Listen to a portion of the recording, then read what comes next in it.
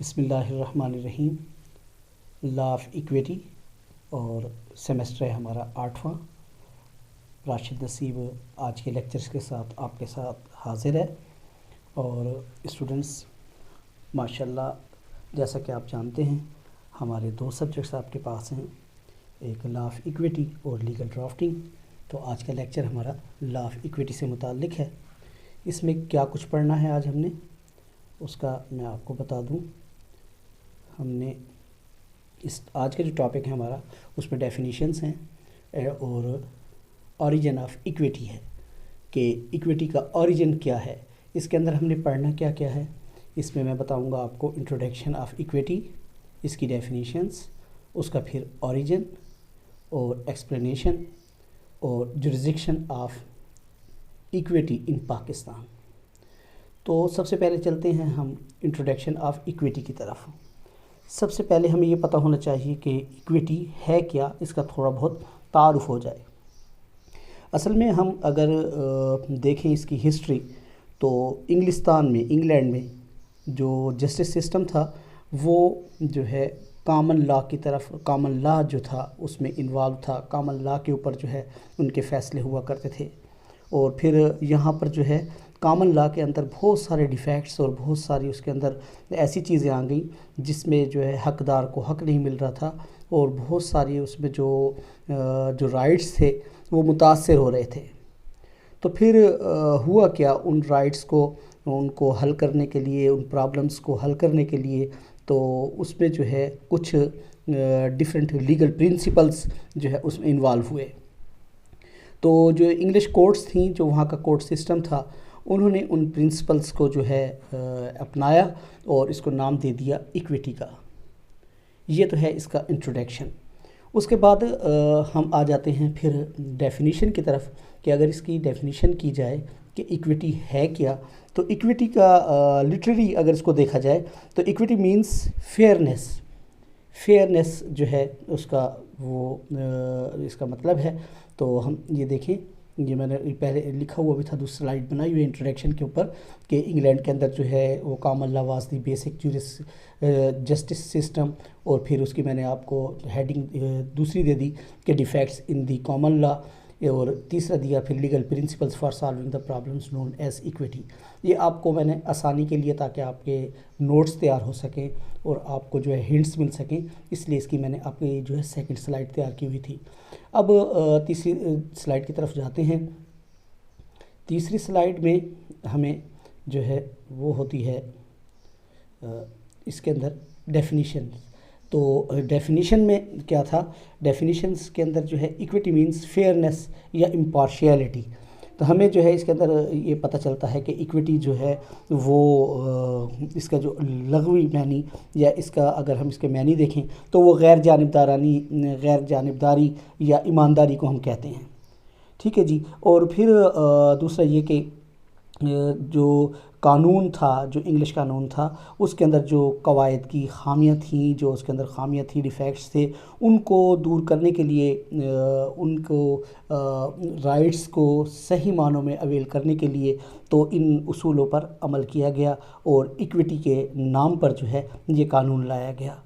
اور اس کا جو ہے اب اس کے اندر ایکویٹی کی جو ہے پھر لیگل پرنسپلز، یعنی کہ وہ جو میں نے بتایا کہ جو اصول تھے، جو قواعد تھے، جو ایسے قوانین، ایسے اصول جن کو اپنا کر کسی حقدار کو ان کا حق دیا جا سکے، ایسے جو ہے انہوں نے قواعد کو اپنایا، اور ان کو ہی پھر ہم نے کہا کہ یہ جو ہے ایکویٹی ہے، ٹھیک ہے جی۔ اب ہوتا یہ ہے کہ جو قانون تھا، یہ ایکویٹی جو تھا اس میں ججز کو ان کو ڈسکریشنری پاورز تھیں، ان کو ججز کو جو ہے کچھ، جیسے میں نے یہاں پہ لکھا ہے ججز یوز دیئر ڈسکریشن، تو انہوں کو ججز جو ہیں اپنے ثوابدیدی اختیارات جو تھے وہ استعمال کرتے، اور وہ جو ایک نیچرل جسٹس ہے یا فطری قانون جو ہے اس کے مطابق جو ہے وہ انصاف فراہم کرنے کی اجازت دیتے ہیں۔ وہ ایک قسم کا اس کو فطری جو قانون ہے اس کو مد نظر رکھتے ہوئے ان کے جو ہے وہ اس کے اوپر فیصلے کیا کرتے تھے۔ تو یہ ایک قسم کا اس کا آپ یہ تھی ڈیفینیشن اس کی۔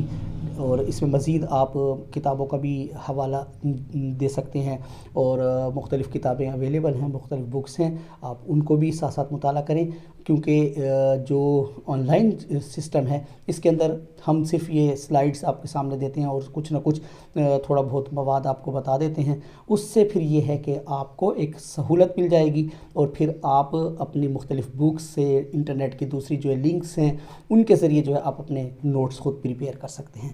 اب ہم آتے ہیں جناب اس کے اوریجن کی طرف۔ تو اوریجن آف ایکویٹی کیا ہے؟ اس میں سب سے پہلے جو ہے وہ چانسلرس جورسڈکشن ہے۔ اب چانسلرس جورسڈکشن کیا ہے؟